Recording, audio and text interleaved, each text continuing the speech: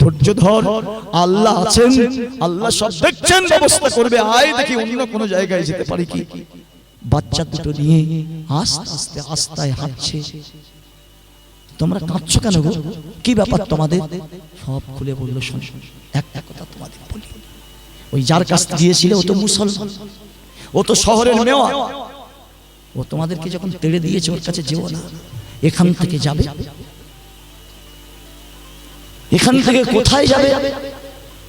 এই সামনে রাস্তা, ওখান থেকে সোজা গিয়ে ওপারে ভান্ডুর মোড় আছে, ভান্ডুর মোড়ের কাছে যাবে।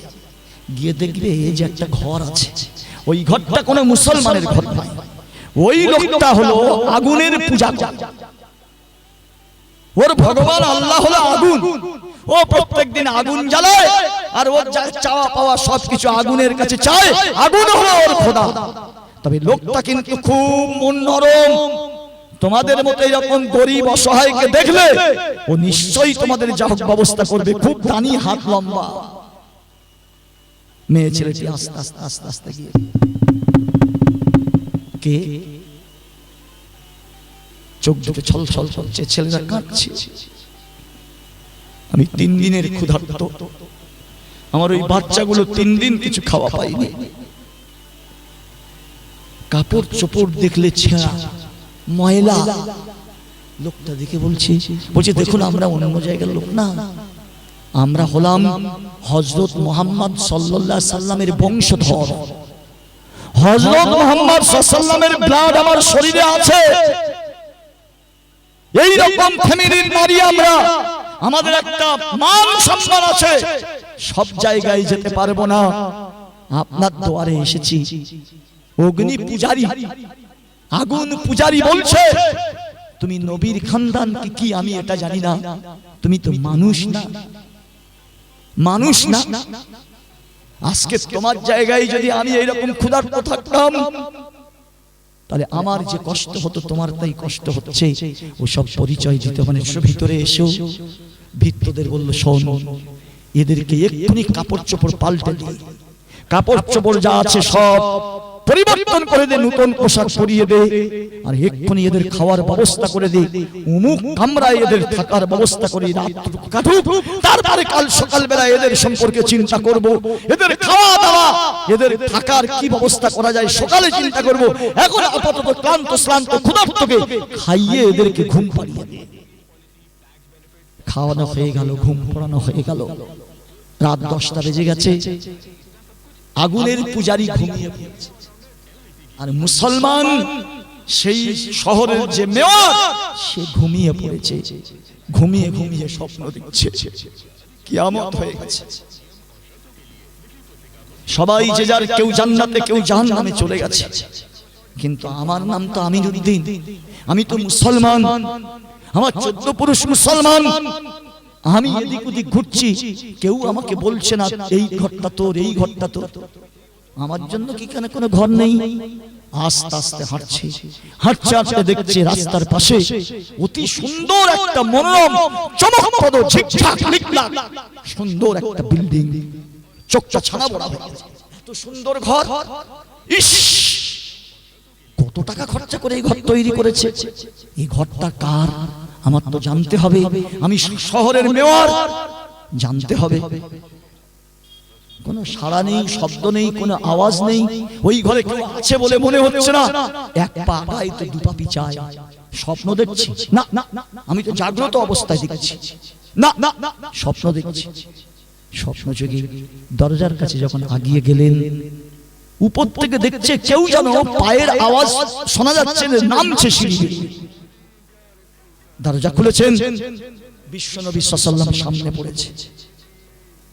ইয়া রাসূলুল্লাহ, আপনি? হুজুর এই ঘরটা কার? ও মনে মনে করেছে সবাই চলে গেছে, কেউ নেই, আমি একা মাঠের মাঝখানে। তাহলে এই ঘরটা হলো আমার। হুজুর এই ঘরটা কার? আল্লাহ রাসূল সাল্লাল্লাহু আলাইহি ওয়াসাল্লাম বললেন, এই ঘরটা হলো মুসলমানদের জন্য আল্লাহ জান্নাত তৈরি করেছেন। এটা জান্নাতের ঘর, এটা মুসলমানের জন্য তৈরি করেছেন।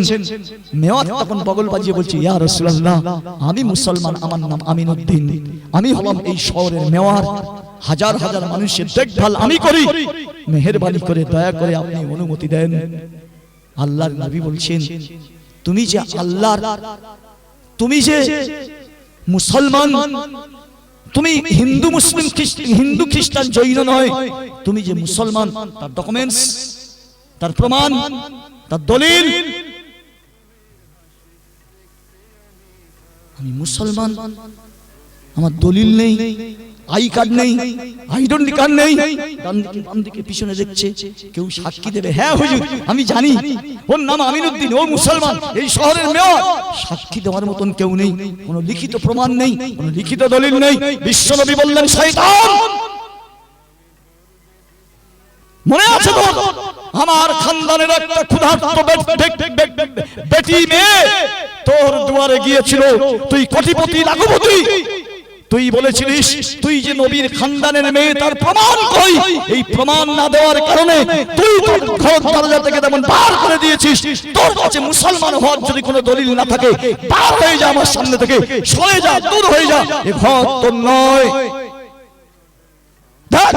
এই ঘরটা তোর জন্য বানানো হয়েছিল, কিন্তু এখন ওই ঘরটা আমি কেটে দিলাম, তোর নামটা কেটে দিয়ে ওখানে লিখে দিয়েছি সেই যে ভান্ডুর মোড়ে যে আগুনের পূজারী, যে নবীর খানদানকে রাতে খাইয়ে শুইয়ে দিয়েছে, আমি তার নামটা এখানে লিখে দিলাম। ছট করে তার ঘুমটা ভেঙে গেল। আমি আমার দরজা থেকে যাকে তেলে দিয়েছি সর্বনাশ হয়ে গেছে, সর্বনাশ হয়ে গেছে, আমি জান্নাত পাবো না। আমি কিয়ামতের কঠিন দিনে ঈমানের কোনো ডকুমেন্টস দেখাতে পারবো না। দৌড়েছেন বাইক নিয়ে গিয়ে মজুসির বাড়িতে গিয়ে, কে? এই আমি আমিনুদ্দিন, এই শহরের মেয়র। স্যার কি খবর? বলছে প্লিজ শোনো, তোমার বাড়িতে কাল রাত্রে যে মেয়ের ছেলেটি কয়েকটা বাচ্চা নিয়ে এসে উঠেছিল, ওটা হলো মুসলমান ওরা, আর আমি মুসলমান।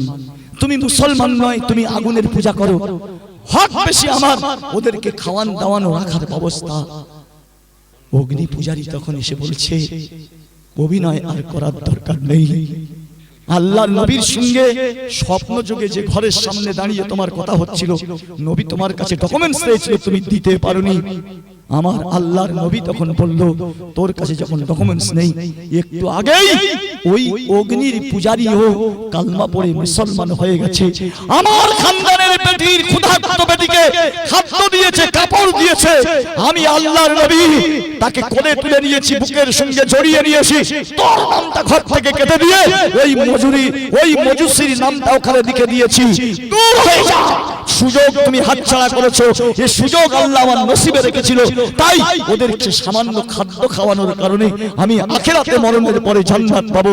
তুমি যে ঘরের সামনে দাঁড়িয়ে কথা বলেছিলে, সব কথা বতর আমি শুনেছি, তোমার নাম কেটে দিয়ে আমার নাম লিখে দিয়েছে, সেটাও আমি শুনেছি।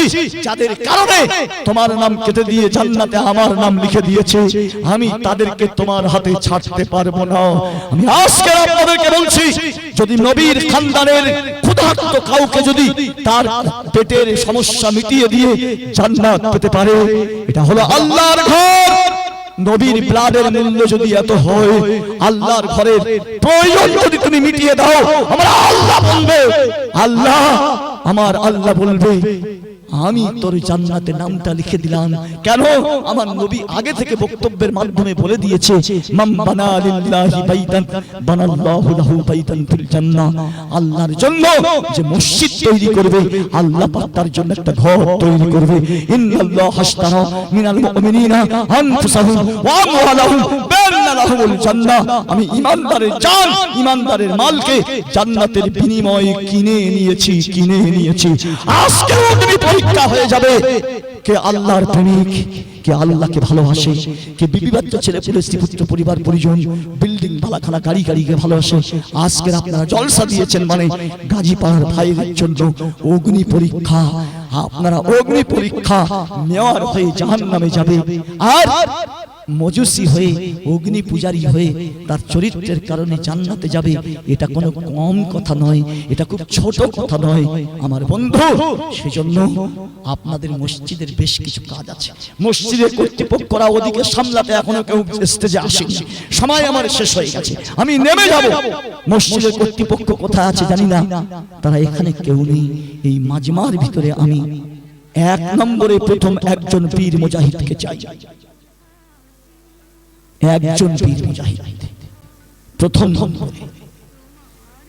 আমার সামনে আপনাদের মসজিদ হয়েছে, প্রথমে আপনারা সে আরফাত ভাইয়ের ওখানে ছয় ঘিরে দিয়ে আজান দিয়ে নামাজ পড়েছিলেন, ওখানেই তারাবি হয়েছে, ওখানেই ইফতারি করেছেন। তারপরে আগাতে আগাতে আপনারা বিশাল একটা জুমা মসজিদ করেছেন। বর্তমান আপনারা 170 ঘর। জলসা করার দরকার ছিল, জলসা করবেন, প্যান্ডেলে খরচা করবেন, ভক্তদেরকে কিছু টাকা